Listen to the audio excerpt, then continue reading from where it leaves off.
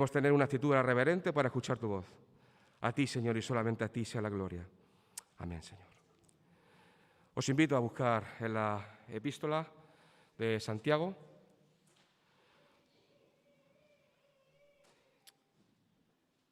Y vamos a dejar que la palabra del Señor nos hable por este texto. La epístola de Santiago, el capítulo 1.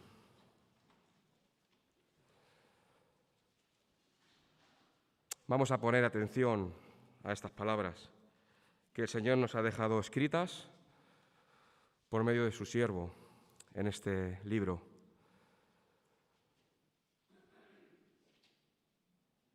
Y dice Santiago, siervo de Dios y del Señor Jesucristo, a las 12 tribus que están en la dispersión, salud. Hermanos míos, tened por sumo gozo cuando os halléis en diversas pruebas, sabiendo que la prueba de vuestra fe produce paciencia. Mas tenga la paciencia su obra completa, para que seáis perfectos y cabales, sin que os falte cosa alguna. Y si alguno de vosotros tiene falta de sabiduría, pídala a Dios, el cual da a todos abundantemente y sin reproche, y le será dada. Pero pida con fe, no dudando nada, porque el que duda es semejante a la onda del mar, que es arrastrada por el viento y echada de una parte a otra. No piense, pues, quien tal haga, que recibirá cosa alguna del Señor. El hombre de doble ánimo es inconstante en todos sus caminos. El hermano, que es de humilde condición, gloríese en su exaltación. Pero el que es rico, en su humillación, porque él pasará como la flor de la hierba, porque cuando sale el sol con calor abrasador, la hierba se seca, su flor se cae y perece su hermosa apariencia. Así también se marchitará el rico en todas sus empresas. Bienaventurado el varón que soporta la tentación, porque cuando haya resistido la prueba, recibirá la corona de vida que Dios ha prometido a los que le aman. Cuando alguno es tentado, no diga que es tentado de parte de Dios, porque Dios no puede ser tentado por el mal, ni Él tienta a nadie, sino que cada uno es tentado cuando de su propia concupiscencia es atraído y seducido. Entonces, la concupiscencia, después que ha concebido, da a luz el pecado. Y el pecado, siendo consumado, da a luz la muerte. Amados hermanos míos, no erréis. Toda buena dádiva y todo don perfecto desciende de lo alto, del Padre de las luces, en el cual no hay mudanza ni sombra de variación. Él, de su voluntad, nos hizo nacer por la palabra de verdad, para que seamos primicias de sus criaturas. Por esto, mis amados hermanos, todo hombre sea pronto para oír, tardo para hablar, tardo para airarse. Porque la ira del hombre no obra la justicia de Dios, por lo cual, desechando toda inmundicia y abundancia de malicia, recibid con mansedumbre la palabra implantada, la cual puede salvar vuestras almas. Pero sed hacedores de la palabra y no tan solamente oidores, engañándoos a vosotros mismos. Porque si alguno es oidor de la palabra, pero no hacedor de ella, este es semejante al hombre que considera en un espejo su rostro natural, porque él se considera a sí mismo y se va, y luego olvida cómo era. Mas el que mira atentamente en la perfecta ley, la de la libertad, y persevera en ella, no siendo oidor olvidadizo, sino hacedor de la obra, éste será bienaventurado en lo que hace. si alguno se cree religioso entre vosotros y no refrena su lengua, sino que engaña su corazón, la religión del tal es vana. La religión pura y sin mácula delante de Dios el Padre es esta: visitar a los huérfanos y a las viudas en sus tribulaciones y guardarse sin mancha del mundo. Amén. Vamos a dejar ahora que el Señor nos hable.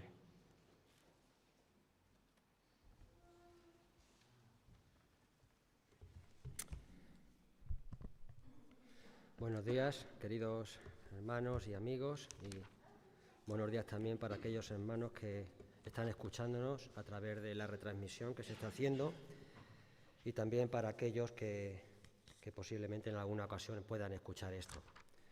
Bueno, pues en primer lugar dar las gracias al Señor, porque bueno, podemos decir que hasta aquí nos ayudó, hasta aquí pues el Señor nos ha mantenido y nos ha traído hasta este momento.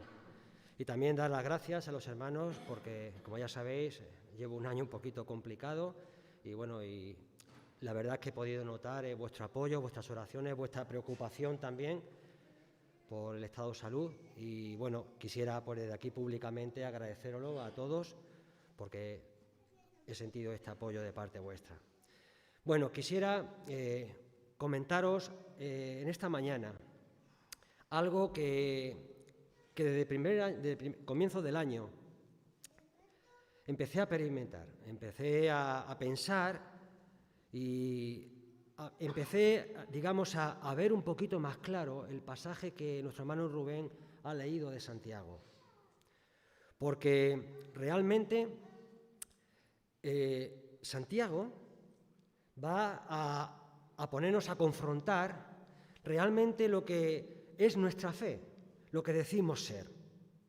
Cuando todo va bien, cuando todo va sobre ruedas, como utilizamos esta expresión, bueno, pues no nos acordamos de muchas cosas, pero cuando todo va mal, posiblemente el Señor tenga que utilizar estos caminos para hacernos ver ciertas cosas, como vamos a ver en la exposición del texto en esta mañana. Pero quisiera, pues, empezar con una pregunta. Dios, no sé si se va a poner ahí lo que tenía o no estaba preparado, para que tengáis un poquito de referencia, si no tampoco importaría. Bueno, dice que lo van a poner ahora. Quisiera empezar con una pregunta, para que lo penséis y respondáis cada uno en vuestro interior. Pero antes de responderla, meditarla bien, pensarla bien. ¿Dios es justo o Dios es un justiciero? Vuelvo a repetirla. ¿Dios es justo o Dios es un justiciero? La segunda pregunta. ¿Qué diferencia hay entre la voluntad de Dios y el permiso de Dios? Seguramente nosotros, como creyentes, yo, en primer lugar, diría, no, para mí Dios es justo. Pero imaginaros por un momento una persona que está viviendo una situación de salud delicada o una enfermedad terminal, una persona que no conoce al Señor. Imaginaros por un momento una persona que ha sufrido la pérdida del trabajo y se ha quedado sin recursos económicos. Imaginaros a una persona que ha perdido a un padre o un padre a un hijo, etcétera, etcétera. Hay una larga lista. Si le preguntásemos realmente qué opina de Dios, posiblemente muchas de esas personas dirían que Dios es un Dios justiciero, que se complace en vernos sufrir. Por lo tanto, no me hables de un Dios de amor, sino de un Dios justiciero. Esa es la perspectiva que pueden tener muchas personas. Pero si a mí me preguntan, o a muchos de los que estáis aquí, o muchos de los que nos están escuchando o nos escucharán, ¿qué es para ti Dios? Seguramente diremos, bueno, pase lo que pase, para mí es un Dios justo. Que eso es lo que vamos a ver en esta mañana, en esta pregunta. Vamos a revelar y vamos a intentar explicar si realmente Dios es un Dios injusto o un Dios justiciero.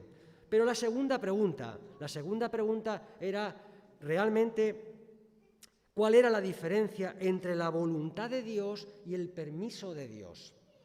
Porque muchas veces la voluntad de Dios es que, como dice Santiago, pasemos por diversas pruebas. Ahora hablaremos de esto. Muchas veces la voluntad de Dios puede ser esta, el probarnos.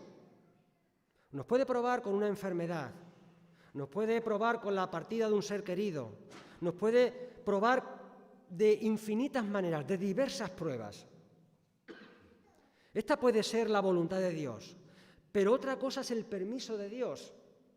El permiso de Dios es cuando actúa, cuando realmente nosotros, que somos personas libres, hemos actuado de una forma errónea y una forma que va en contra de la voluntad de Dios, y Dios tiene que permitir, dar permiso para que esa prueba, esa actuación que nosotros hemos llevado a cabo, desemboque en una prueba, en una dificultad en nuestra vida. Y Dios permite que pasen cosas para hacernos ver que realmente esa no era la voluntad de Dios o que no estamos andando en el camino correcto.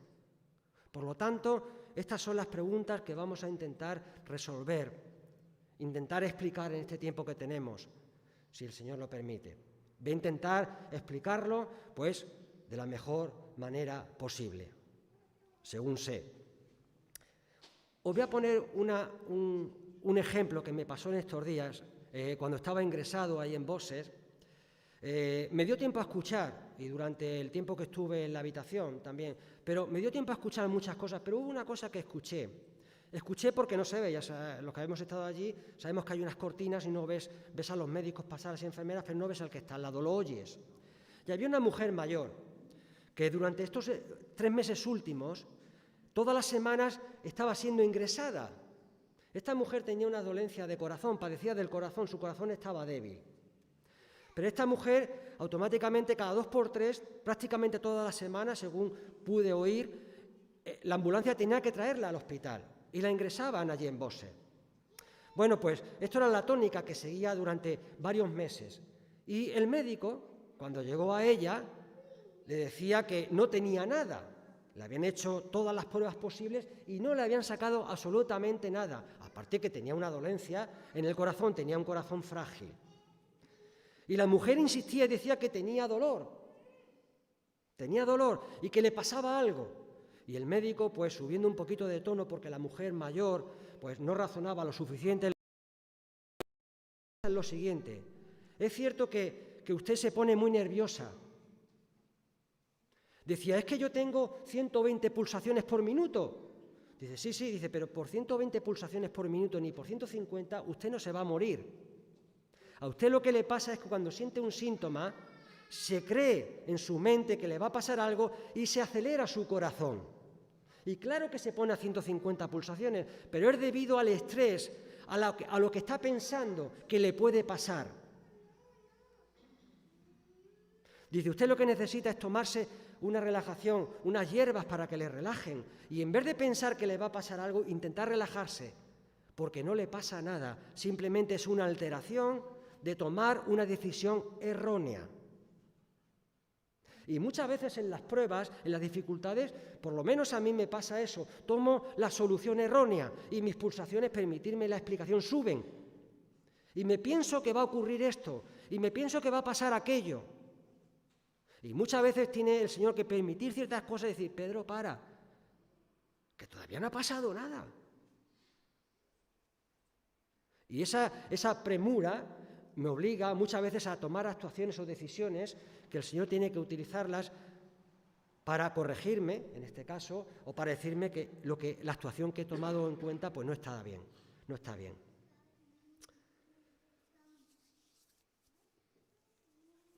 Voy a decir también una cosa para aclarar el texto. Es importante. Vamos a ver ahora una pequeña introducción global al capítulo 1 antes de pasar a meditar un poquito en el texto. Cuando nosotros nos convertimos, el Señor nos da una mochila. ¿Por qué? Porque esta mochila nos viene muy bien, porque somos peregrinos en el mundo. Andamos de paso en el mundo. Y cuando una persona se convierte, el Señor le da una mochila. Y en esa mochila hay muchas cosas. Le da la fe, le da la esperanza, le da el amor, le da la oración, le da la comunión con los hermanos, la comunión con Dios. Pero en esa mochila también van las pruebas, van las enfermedades, van los dolores, van las inquietudes. Todo eso entra dentro del mismo paquete.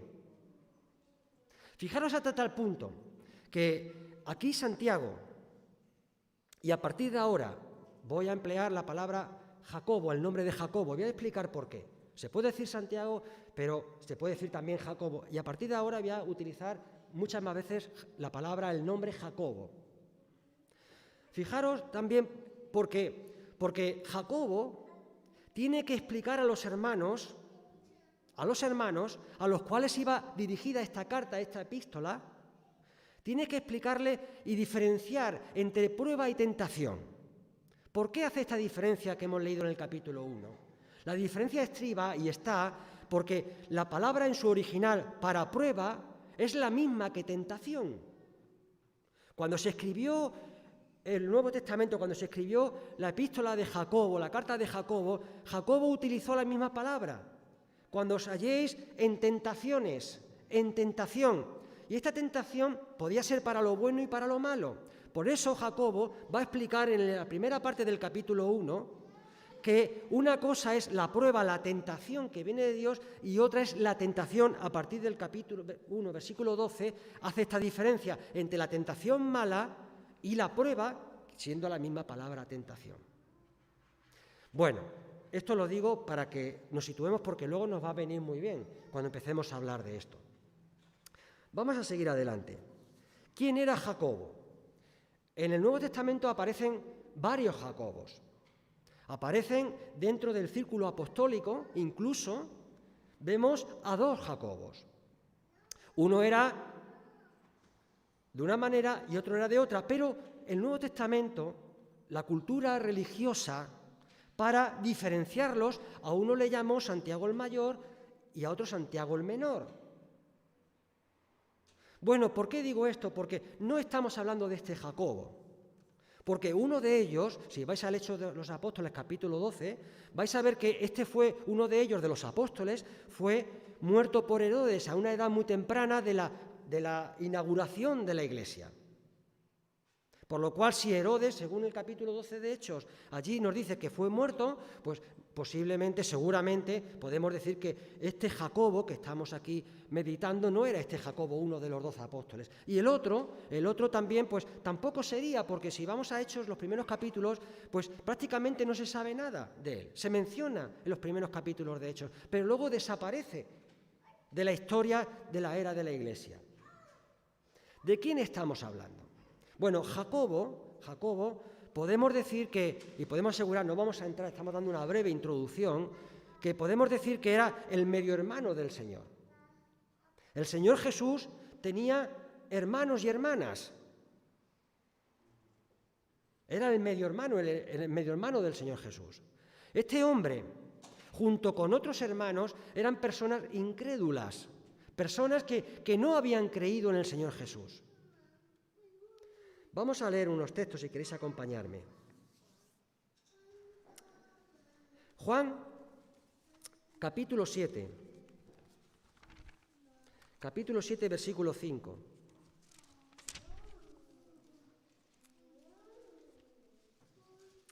Fijaros lo que dice Juan aquí.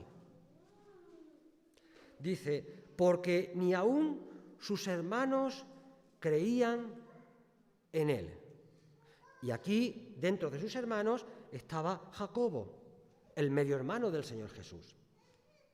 No creía en él, pero algo pasó en la vida de Jacobo y de sus hermanos, y fue a partir de la muerte y de la resurrección del Señor Jesús.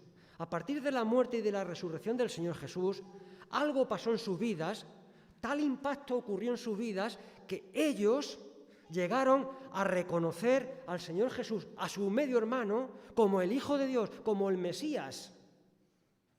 Como el Mesías. Y ahora lo diremos también algo de esto, lo diremos. ¿A quién se dirigió Jacobo? Se dirigió a los hermanos que habían sido dispersos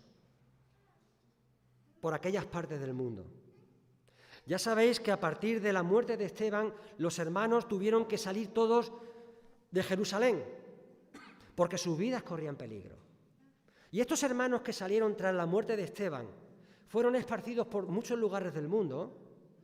Estos son los hermanos que Santiago, Jacobo, les dirigió esta carta, y también el apóstol Pedro. Pero bueno, estamos hablando ahora de Jacobo. Les escribió a los hermanos, y ahora diremos por qué les escribió. Otra cosa importante, he dicho que iba a utilizar el nombre de Jacobo. Si os fijáis en vuestra Biblia, si utilizáis, por ejemplo, la Reina Valera, veo alguno apuntando, voy a decir los textos, aunque no vamos a leerlo, y si no, cogéis una concordancia y buscáis el nombre de Jacobo, vais a ver dónde aparece. Por ejemplo, Mateo 13:5, Hechos 12:17, 15:13, 21:18, Primera de Corintios 15:7, Gálatas 1:19, capítulo 2 de Gálatas, versículo 9, capítulo 2, versículo 12 y Judas 1:1. Si luego queréis leerlo, vais a ver que siempre aparece ahí con el nombre de Jacobo. El único sitio que vamos a encontrar donde aparece el nombre de Santiago es aquí, en esta epístola. Siempre se va a referir a Jacobo, el medio hermano del Señor Jesús. ¿Por qué? Bueno, la palabra hay que entenderla.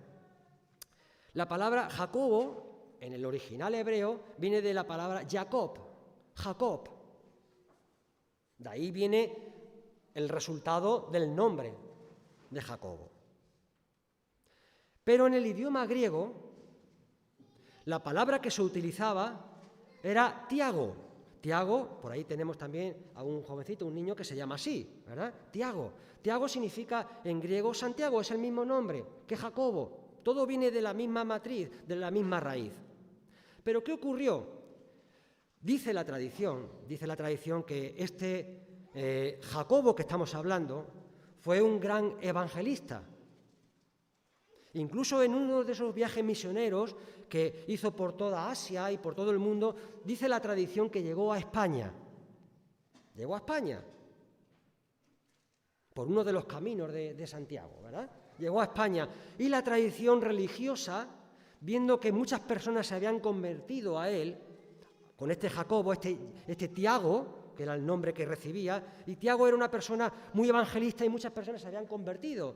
Bueno, pues la tradición religiosa le otorgó el nombre de San Tiago. Le dio el San.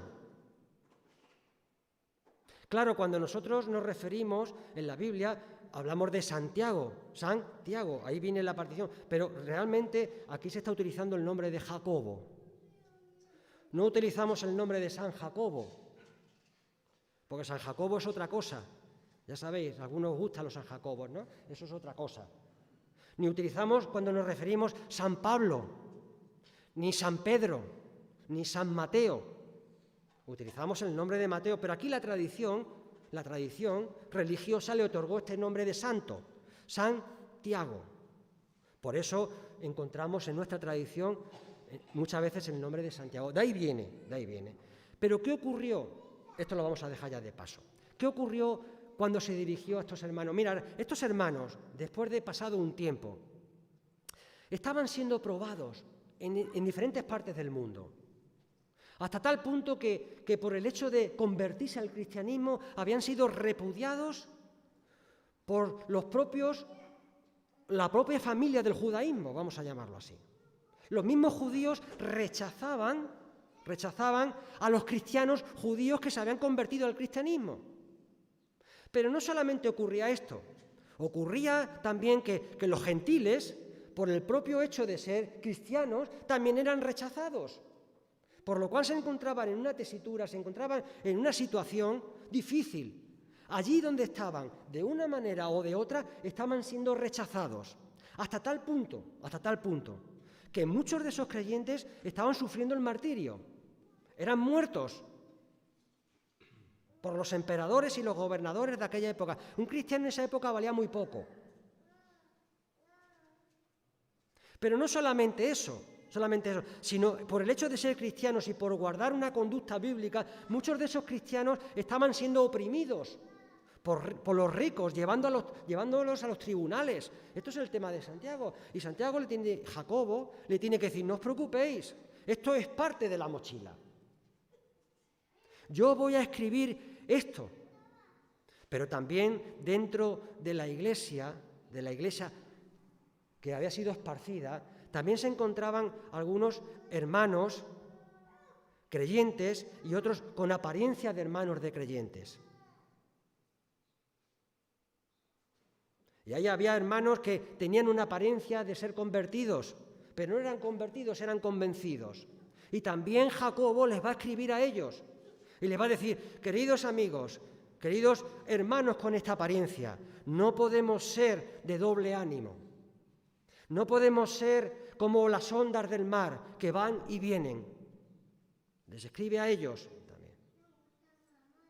Y estos hermanos pues ya tenían tiempo y tenían que tener una madurez en el cristianismo, los andares del cristiano. Y Jacobo estaba muy preocupado por ellos. Jacobo era una persona amante del Señor, seria en las cosas del Señor, pero que guardaba mucho amor para con los hermanos, incluso para aquellos que tenían apariencia. No encontramos nada malo, simplemente les da un toque de corrección para que se den cuenta que no están actuando bien. Jacobo era un hombre enérgico en las cosas del Señor, pero un hombre lleno de amor y comprometido en las cosas del Señor. Bueno, esta es la introducción. Vamos a seguir adelante.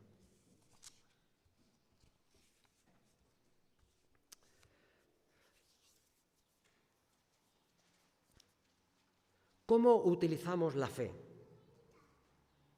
Fijaros Jacobo cómo empieza. Santiago o Jacobo, siervo o un siervo de Dios o siervo de Dios. He dicho antes que a partir de la resurrección, Jacobo tuvo un cambio en su vida. Hasta tal punto que ahora, que no creía en él, como hemos leído en Juan capítulo 7, ahora dice que él es un siervo. La palabra siervo viene de la palabra griega que significa doulos. ¿Habréis oído alguna vez esta palabra? Doulos significa comprometido totalmente. Es una de las sugerencias de la traducción que tiene. Significa comprometido plenamente, totalmente. Totalmente. Sumiso totalmente. Una persona que no creía, pero una persona que fue impactada por la muerte y la resurrección de aquel que durante 30 años había convivido con él, que veían cosas pero que no creían que verdaderamente él era el Mesías. 30 años conviviendo con el Señor, con su medio hermano en la casa y viéndolo. Ahora tiene que decir Jacobo, mira, soy siervo de Dios y ¿quién más? Y del Señor Jesús, su medio hermano. Fijaros cómo empieza Jacobo. No se va a enredar mucho, enseguida va a pasar a la acción. Pero dice, mira, yo soy siervo de Dios, totalmente comprometido con la obra y con la causa de Dios. Soy un creyente hecho y derecho, pero también soy siervo del Señor Jesús, el Mesías, el ungido, el esperado, por lo cual Jesús, mi medio hermano, lo reconozco como mi Salvador, como el Hijo de Dios.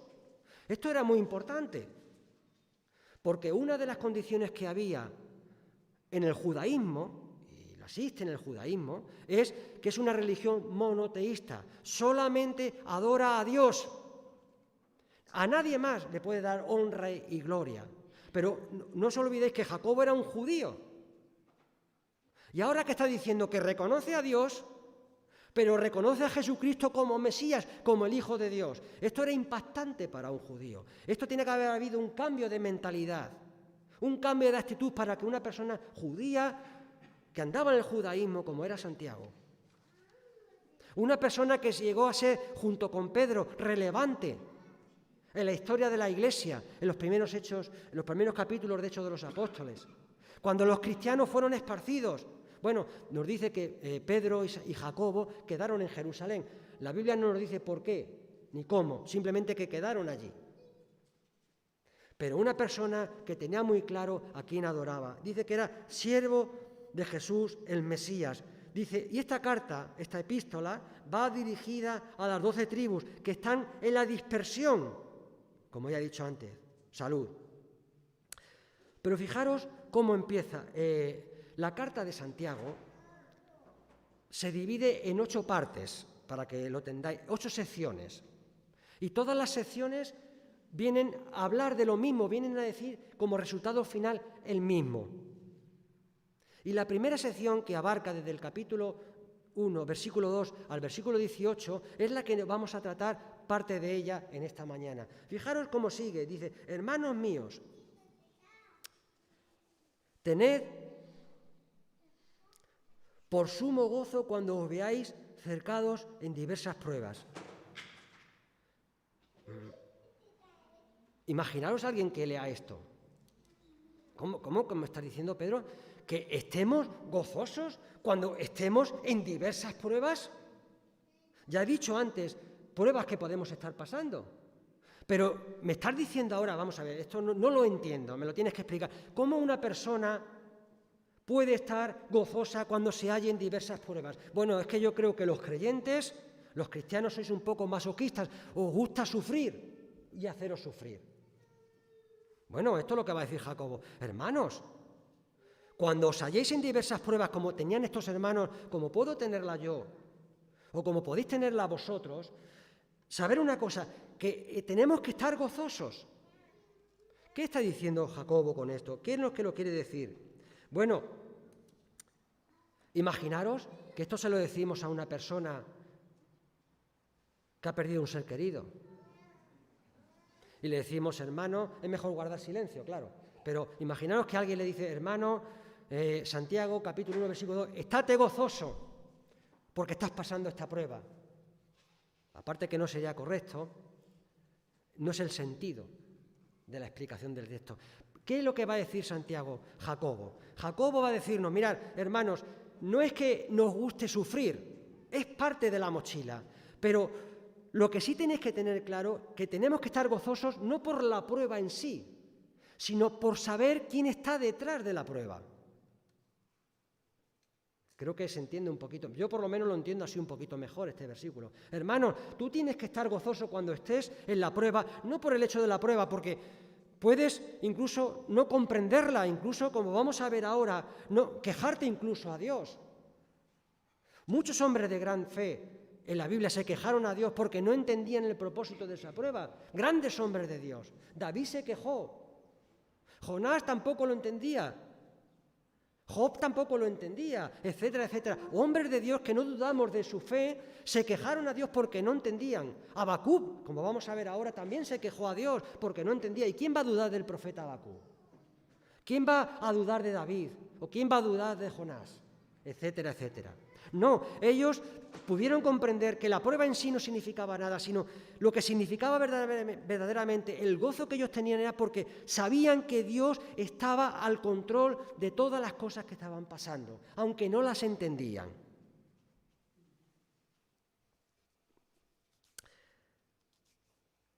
Hermanos míos, tened por sumo gozo cuando os veáis cercados de diversas pruebas. Fijaros, Hebreos, un poquito más atrás, si pasáis unas hojas, Hebreos capítulo 12, versículo 3. Dice Hebreos 12:3, considerad pues al que soportó tal contradicción de pecadores contra sí mismo. ¿Para qué? Para que vuestro ánimo, porque en las pruebas nos va a faltar esto. Cuando pasamos por tribulaciones y pruebas, lo primero que va a pasar es que nuestra mente va a empezar a funcionar. Y nos va a pasar muchas veces como a la mujer esta que he puesto el ejemplo, y nos va a faltar el ánimo. Dice, para que vuestro ánimo no se canse y desfallezca. Otro texto más, un poquito más adelante si pasáis unas hojas. Primera carta de Pedro, capítulo 1, versículos 6 y 7. Dice el texto sagrado, la palabra de Dios, 1, 6 y 7. Ahora, por cuanto es necesario, estáis siendo un poco afligidos. ¿Por qué? Dice, por diversas pruebas. Hermanos, por un poco de tiempo, ahora estáis siendo afligidos. Es verdad, un poco de tiempo, porque esto va a pasar. Las pruebas van a pasar y nuestra vida va a pasar. Es un poco de tiempo comparado con la eternidad. Para que la prueba de vuestra fe, mucho más preciosa que el oro, el cual, aunque perecedero, es probado por fuego, sea hallada en alabanza, en gloria y honra, dice, y termina este versículo, en la revelación de Jesús el Mesías. Cuando sea esta revelación, todo esto acabará. Y cantamos incluso un coro, un himno por ahí, y dice, no habrá allí llanto, ni habrá más dolor. Allí no existirá, pero es necesario que este tiempo corto, momentáneo, pasemos por pruebas. Vamos a ver cómo podemos entender esto de las pruebas y vamos a dar algunos ejemplos bíblicos, para saber cómo Dios está obrando. Me gustaría que fuésemos al libro de Habacuc, uno de los profetas menores en el Antiguo Testamento, y voy a explicar un poquito lo que pasó en Habacuc, para resumir un poquito el libro entero. Voy a intentar hacerlo, ¿verdad? Y que por lo menos pueda quedar lo más claro posible. ¿Qué ocurrió en Habacuc? Bueno, Habacuc, el pueblo de Israel, todavía no había sido llevado al exilio por Nabucodonosor. Le faltaba un poquito de tiempo, todavía no habían sido llevados a Babilonia para estar allí 70 años. Pero ¿qué era lo que ocurría dentro del pueblo de Israel? Bueno, Habacuc se da cuenta de algo muy importante. Se da cuenta de que el pueblo de Israel está pecando. Está pecando. El pueblo de Israel estaba viviendo en el libertinaje espiritual, vamos a llamarlo así. Empieza en el capítulo 1 y versículo 2 y hace una pregunta un tanto con un tono de queja a Dios. Dice, ¿hasta cuándo, oh Jehová, clamaré por auxilio? En la traducción que yo estoy leyendo. ¿Hasta cuándo? ¿Hasta cuándo? Estoy viendo que el pueblo está pecando, pero él se está haciendo partícipe incluso del mismo pecado. Él no estaba pecando, era el pueblo. Él tenía muy claras las cosas, pero se levanta delante de Dios y dice, bueno, ¿hasta cuándo, Jehová, clamaré y no me oirás? ¿No estás viendo lo que está pasando en medio de tu pueblo? Sigue el capítulo 1 y sigue diciendo, ¿no te das cuenta que hay una perversión espiritual? ¿Una perversión social? Hasta tal punto, dice también uno de esos versículos primeros, dice que tu ley, la palabra de Dios, es puesta en entredicho, es menospreciada a causa del pecado espiritual y social del pueblo de Israel. ¿No te das cuenta, oh Dios, que te estoy clamando y diciendo, bueno, ¿cuándo vas a intervenir? ¿Tu palabra no es efectiva? ¿Está siendo echada de menos? Esta era la preocupación de Habacuc. Y le responde Dios, y le dice, mira, Habacuc, no te preocupes, te voy a dar la solución. ¿Y cuál es la solución? Le dice Dios, mira, todavía queda un poco de tiempo, todavía no va a ser, pero voy a levantar a un pueblo, el pueblo de los caldeos, los babilonios, de aquí a un poco de tiempo. Y este pueblo va a ser llevado a cautividad. Mi pueblo va a ser... ¿Pero cómo? ¿Esa es la solución de Dios? Estoy orando por ti y me das esa solución. Sí, Habacuc, no lo entiendes. Mi pueblo va a tener que pasar, voy a permitir esta prueba por mi pueblo. ¿Por qué? Porque mi pueblo no está andando correctamente. Y voy a levantar a los caldeos. Y van a ser llevados en cautiverio. Y Habacuc no entendía esto, porque muchas veces no entendemos el plan y el propósito de Dios. Estamos orando a Dios y la solución de Dios o la respuesta de Dios va en contra de lo que le estamos pidiendo. Habacuc estaba haciendo propio su pecado, el pecado del pueblo, y quería la intervención de Dios. Y él no lo entendía. Pero ¿cuándo empezó a entender Habacuc la voluntad de Dios. Y sirva esto de ejemplo y nos valga para nosotros. Ir al capítulo 2, preciosos versículos. Fijaros cuando empezó a entender un poco esto de Dios, las respuestas que Dios le estaba dando. Dice el capítulo 2, versículo 1, dice, sobre mi atalaya me pondré. Una atalaya es una torre alta que se ponía para vigilar el horizonte, era lo más alto posible. Y allí se ponía el soldado o el vigía por si venía el enemigo o por si tenía que avistar algún peligro y dar el anuncio al pueblo de que el pueblo se previniese. Pero necesitaba que se subiese a la atalaya, en el sitio más alto. Normalmente en las fortificaciones se veía una torre más alta o una colina había una torre. Y allí en esa atalaya, si vais incluso por el monte, por ahí en Despeñaperro lo vais a ver cuando vayáis un día de campo, vais a ver que por allí por el monte hay torres de madera donde se suben los forestales en los puntos más altos para divisar si hay fuego o no hay fuego. Esas son las atalayas y dar el aviso. Bueno, pues la primera cosa que hace Habacuc dice la siguiente: sobre mi atalaya, sobre el punto más alto, el más cercano a Dios, lo más alto que pueda subirme, me plantaré en mi muro, lo haré fuerte, no caeré, lo edificaré sobre la roca, pero será en un punto alto, lo más cerca posible de Dios.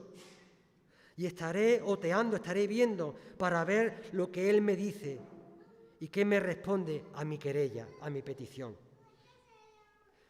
No comprendió la voluntad de Dios hasta que Él decidió subirse a ese punto alto, ponerse lo más cerca de Dios. Y esto es una aplicación para cada uno de nosotros.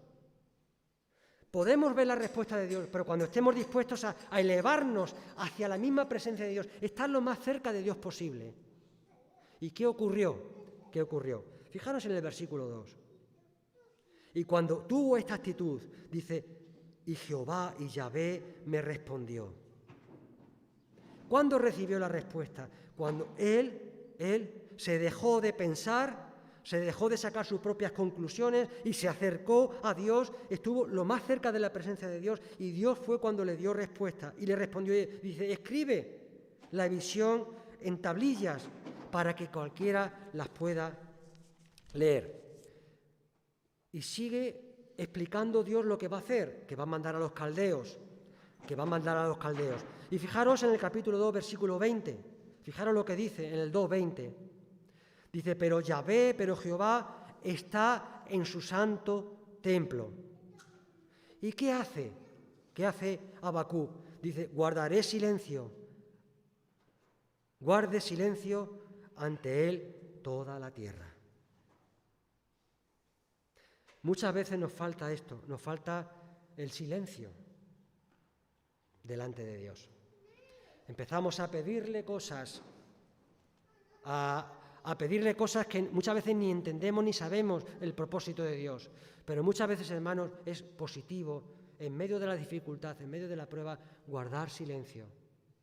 Porque Jehová está en su santo templo, está por encima de nosotros. Y le respondió. Y Jehová le dice, mira, es inquebrantable lo que voy a hacer, se va a cumplir. Voy a mandar a los caldeos, no voy a cambiar de opinión. ¿Y qué tiene que hacer Habacuc? Habacuc tiene que hacer lo que nosotros hacemos muchas veces, capítulo 3. Dice, mira, voy a guardar silencio, no entiendo tu propósito, no entiendo tu plan. Pero aunque la higuera no florezca,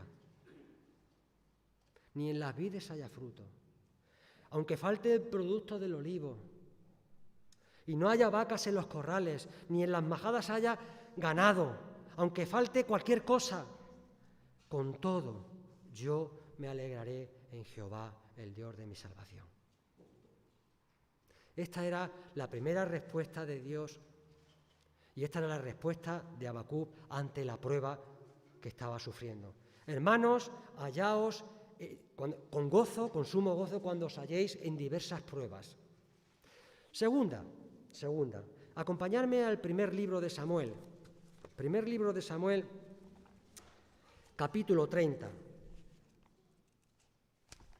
Y allí ocurre otra historia. Ahora pasamos a David. Primera de Samuel, capítulo... Bueno, realmente tendríamos que empezar en el capítulo 27, pero voy a explicar brevemente la historia del 27 al 30. Solamente voy a leer un versículo del capítulo 27, versículo 1. Estamos hablando ahora que muchas veces Dios permite cosas y somos probados porque no nos apoyamos lo suficiente en Dios o no nos apoyamos nada en Dios. Capítulo 27, versículo 1. Pero David dijo, atentos a esta frase, David dijo en su corazón, algún día voy a perecer por mano de Saúl. Nada me será mejor que escapar de inmediato a la tierra de los filisteos. Y así Saúl desistirá de buscarme por todo el territorio de Israel y escaparé de su mano. Dice que David propuso en su corazón. Fijaros que en el capítulo 27, menos el inciso del capítulo 28, que se vuelve al personaje de Saúl, capítulo 27, capítulo 29 y parte del capítulo 30, no se tiene en cuenta a Dios, no aparece Dios por ningún lugar. Fijaros por un momento, David estaba siendo buscado, estaba en busca y captura por el rey Saúl, su suegro. Y su vida corría peligro. Pero lejos de ponerse en las manos de Dios, lejos de consultar a Dios, dice que él propuso en su corazón escapar a la tierra de los filisteos. Y allí, dice en el capítulo 27, versículos 6 al 8, dice que estuvo alrededor de 14 meses con ellos allí, viviendo entre medios de ellos, porque tenía miedo. Primera cosa que vemos, que propuso en su corazón y no dispuso nada para que Dios le hablase y le dijese lo que tenía que hacer. Tomó su propia decisión. Y Dios, hemos dicho al principio que una cosa es lo que Dios hace con la prueba y otra cosa es lo que Dios permite. Y aquí Dios va a permitir algo en la vida de David. Primera cosa que hizo, no consultar a Dios en medio de la prueba y la aflicción. Cuando tantas veces Dios le había hablado, le había asesorado y le había dicho lo que tenía que hacer. Y era entonces cuando cumplía la voluntad de Dios, cuando salía victorioso. Pero ahora no. Ahora él decide irse a los filisteos, al enemigo, irse al mundo. Y participar durante 14 meses en las cosas de los filisteos, en las cosas del mundo. Pero claro, David, si seguimos leyendo la historia, capítulos 27 y 29, podemos justificar algo de David, porque él lo que hacía era incursiones sin que el rey de los filisteos se enterase y se iba a otras poblaciones y lo que hacía era matar a la gente y ocupar sus tierras y quedarse con su ganado y su riqueza. Pero el rey no se enteraba, se pensaba que David era fiel y podemos justificar, no, es que se ha ido al mundo, pero fíjate, estaba haciendo la voluntad de Dios. Que muchas veces a nosotros nos pasa eso, nos contaminamos del mundo y buscamos justificaciones y decimos, no, es que fíjate lo que estoy haciendo. Es que yo no hago esto, pero mira, estoy hablándole a la gente. Y tengo un contacto y le hablo a la gente de Dios. Bueno, pues ¿y esto y qué? ¿Y dónde está Dios? ¿Dónde estaba Dios en la vida de David? Y tomó esta decisión, hasta tal punto que dice el capítulo 29, versículos primeros 1 y 2, que los filisteos se pusieron en guerra con el pueblo de Israel, con la nación de Israel, la nación de David. Y David iba a la guerra con los filisteos en contra del pueblo de Israel. Pero allí yo creo que Dios estaba interviniendo, por supuesto. No fue cosa de azar o mero capricho de aquellos reyes, sino que Dios estaba ya dando sus pasos para lo que iba a acontecer más adelante. Y vamos a ver. Allí David se encontró en medio de los filisteos que iban a hacer guerra contra Israel y algunos de los reyes dijeron, bueno, ¿y este qué hace con nosotros que viene aquí en la retaguardia?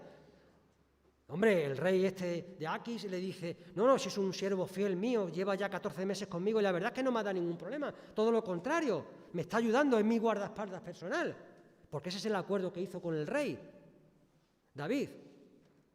Sé su guardaespaldas personal. Le dice, mira, no queremos que venga la guerra, no va a ser que se dé la vuelta y sea un problema para nosotros, porque ¿no era este David el que mató a miles? ¿El que derrotó a Goliat? Capítulo 29. No lo queremos con nosotros. Porque es verdad, un creyente no puede estar en medio de los filisteos, por mucho que quiera adornarlo. Su vida es otra cosa. Y Dios va a permitir lo que ocurrió en el capítulo 30. Fijaros lo que ocurrió en el capítulo 30. Los amalecitas, aprovechando que David con sus valientes estaban en la guerra contra los filisteos, allí los amalecitas entraron en la ciudad que le había sido dada a David. ¿Y qué ocurrió? ¿Y qué ocurrió allí? Todavía no está Dios por aquí presente. Es la idea del corazón de David. Dice que los amalecitas llegaron y entraron en la ciudad y se llevaron a las mujeres, a los niños, a los ancianos, y todo el ganado y toda la riqueza se la llevaron. Bueno, imaginaros, ellos no lo sabían todavía, porque habían sido despedidos de la guerra por estos reyes. Y David con los suyos se fue de nuevo de vuelta a su casa, y cuando llegó allí al campamento, fijaros lo que se encontró. Se encontró desolación. Su mala decisión había acarreado el dolor a otras personas. Su pueblo, el que tenía el derecho y el deber de cuidar y de proteger, había sido llevado en cautiverio por los amalecitas. Ellos no sabían lo que le había pasado, si los habían matado o qué es lo que había pasado con ellos. Dice, versículo 4 del capítulo 30. Entonces David y la gente que estaba con él alzaron su voz y lloraron. Y lloraron. Hasta que no les quedaron más fuerzas para llorar. Tremendo versículo. Una decisión errónea, que Dios tuvo que permitirla, por supuesto, pero que iban a pagar las consecuencias. Dice que lloraron hasta que no le quedaron fuerzas por lo que había pasado. Dice versículo 6, y David estaba muy angustiado porque el pueblo hablaba de apedrearlo, por cuanto todo el pueblo estaba con ánimo amargado. ¿Qué hemos leído en el texto de Hebreos? Dice, para que vuestro ánimo no desmaye. Y ahora aquí el autor del libro de Samuel está reflejando el sentimiento de David. David estaba desanimado profundamente por lo que había acontecido. Pero menos mal, y gloria a Dios, porque existen los versículos que vienen a continuación. Dice, David estaba muy angustiado porque el pueblo hablaba de apedrearlo, por cuanto todo el pueblo estaba con ánimo amargado, cada uno por sus hijos y por sus hijas. Pero David se fortaleció en Jehová, su Dios. Versículo 8. Y David consultó a Jehová y le preguntó a Jehová. Fijaros la diferencia de este versículo al capítulo 27, versículo 1. Lo que propuso en su corazón. Y ahora David tiene que darse cuenta de que había actuado erróneamente. Y dice, y consultó a Jehová, a ver cuál era la decisión de Dios. Una decisión errónea. Dios permitió la prueba de David, pero la permitió y él salió reforzado. Muy reforzado salió de esta prueba. Y la última, no voy a extenderme mucho más en ella porque hace poco también la vimos, sobre el profeta Jonás. ¿Cuándo reconoció Jonás a Dios? Bueno, en el capítulo 2 nos lo dice. En el capítulo 2, versículo 7, dice, y cuando Jonás estaba dentro del vientre del gran pez, cuando estaba pasando por la prueba, por la tribulación, por desobedecer la voz de Dios, que es otra de las consecuencias de las pruebas, porque Dios va a permitir que Jonás pasase por esta experiencia, como lo va a permitir por nuestras decisiones erróneas, o por ir en contra de Dios, o por no escuchar la voz de Dios.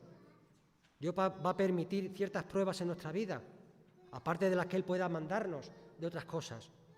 Pero por esa actuación Dios va a permitir. Y cuando estuvo en el vientre del gran pez, dice que Jehová, capítulo 2, versículo 7, dice, y Jonás oró a Jehová.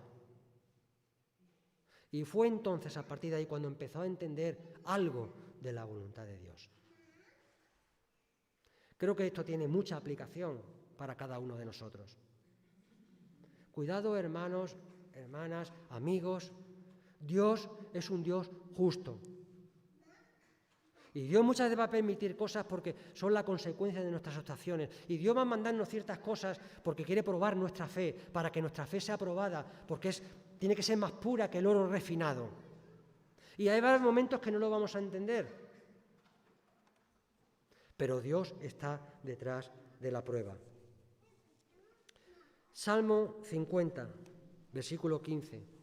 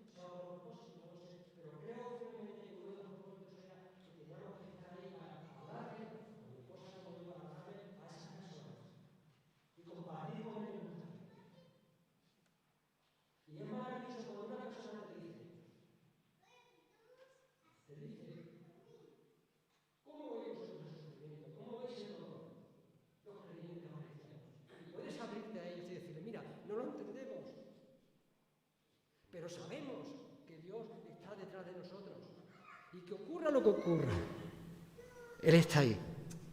Esa es la sabiduría. Pero claro, la palabra sabiduría no es como el mundo la entiende, de inteligencia, de conocimiento. Sabiduría para saber cuál es la voluntad de Dios. Dice, pero pida con fe, no dudando, no dudando.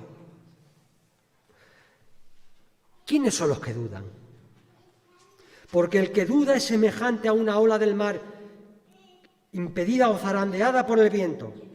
Dice, fijaros el versículo 7, no piense pues tal hombre que siendo varón de doble ánimo. ¿Qué significa esto de doble ánimo? Aquí lo que Jacobo está diciendo, no penséis que el hombre que está con un pie fuera y con un pie dentro, que una vez está emocionalmente muy cerca del Señor y luego está muy cerca, este es un hombre que es como las ondas del mar, que van y vienen. No, no, no, no. El hombre de doble ánimo es el que tiene un pie fuera y un pie dentro. No piense que va a recibir cosa alguna. No, ya lo deja claro. Por mucho que le pidas a Dios, lo primero que tienes que pedirle es que tú restaures, seas restaurado. Y dejes de ser una persona de doble ánimo, inconstante. Dice, el hombre de doble ánimo es inestable en todos sus caminos. Una vez está aquí, otra vez está allí. Como dice Mateo capítulo 6, versículo 24, el creyente no puede, el hombre de Dios no puede servir a dos señores, o sirve a uno o sirve a otro. O estás en el mundo o estás fuera del mundo, no puedes estar en los dos sitios a la vez. Dice, es inestable en todos sus caminos. Dice, no va a recibir cosa alguna del Señor. Termino con Hebreos capítulo 3, versículos 10 al 19, un poquito más atrás. Capítulo 3, versículos 10 al 19. Dice, por lo cual estuve airado con aquella generación y dije, siempre se extravían en su corazón y no han conocido mis caminos. Por tanto, juré en mi ira, no entrarán en mi reposo. Mirad pues, hermanos, no sea que acaso haya alguno de vosotros un corazón malo de incredulidad. Vamos a ver, ¿no está hablando aquí a creyentes? Bueno, mirad, hermanos, le dice hermanos, no sea que acaso haya alguno de vosotros con un corazón malo de incredulidad, como para apartarse del Dios vivo. ¿Hasta dónde puede llegar el corazón malo de incredulidad? A apartarse de Dios vivo. Antes bien, exhortaos los unos a los otros cada día. Entre tanto se dice, hoy que ninguno de vosotros se endurezca por el engaño del pecado. Porque hemos llegado a ser partícipes del Mesías, de Jesús, con tal que retengamos firme hasta el fin el fundamento. Tremendas palabras, hermanos. Con tal que tengamos firme, que no seamos de doble ánimo, que no seamos inconstantes, que no estemos aquí y allí, sino que tenemos que ser personas de peso en las cosas del Señor. Entre tanto se dice, hoy cuando escuchéis su voz, no endurezcáis vuestros corazones como en la rebelión, como lo que ocurrió allí en el Antiguo Testamento, que lo tenemos escrito. Porque ¿quiénes después de oír se rebelaron? ¿No fueron todos los que salieron de Egipto por medio de Moisés? ¿Y con quién estuvo airado 40 años? ¿No fue con los que pecaron, cuyos cuerpos cayeron en el desierto? ¿Y a quiénes juró que no entrarían en su reposo, sino a los que desobedecieron? Y vemos que no pudieron entrar por causa, vuelvo a repetir la palabra, de su incredulidad. ¿Era un Dios justo o era un Dios justiciero? ¿No era por causa de su incredulidad? Hermanos y hermanas, que el Señor nos ayude y nos haga entender cuál es la voluntad de Dios. Pasemos por lo que pasemos. Dios tiene un propósito y tiene un plan. Y ese propósito y ese plan no falla. Pero andémonos con mucho cuidado, porque Dios muchas veces va a permitir ciertas aflicciones, no digo que todas, pero muchas de ellas por nuestra falta de consultoría a Dios. Porque es necesario, como Habacuc, que subamos a la torre más alta, que nos pongamos en el sitio más cerca de Dios, por medio de la oración, por medio de su palabra, que escuchemos su voz aunque no la entendamos, porque cuando tengamos esta actitud, en ese momento hablará Jehová, nos hablará Dios y nos dará sabiduría para entender cuál es el propósito y cuál es el plan por el cual Dios está haciendo todas estas cosas. Que el Señor nos ayude y espero que, por lo menos a mí, esta porción durante este último año hasta la fecha, para mí ha sido de tremenda importancia y ha sido de tremendo gozo y de tremendo cariño que he recibido del Señor por medio de comprender un poquito mejor esta porción y entender un poquito más del plan y el propósito de Dios que tiene para mi vida. Que el Señor nos bendiga. Amén.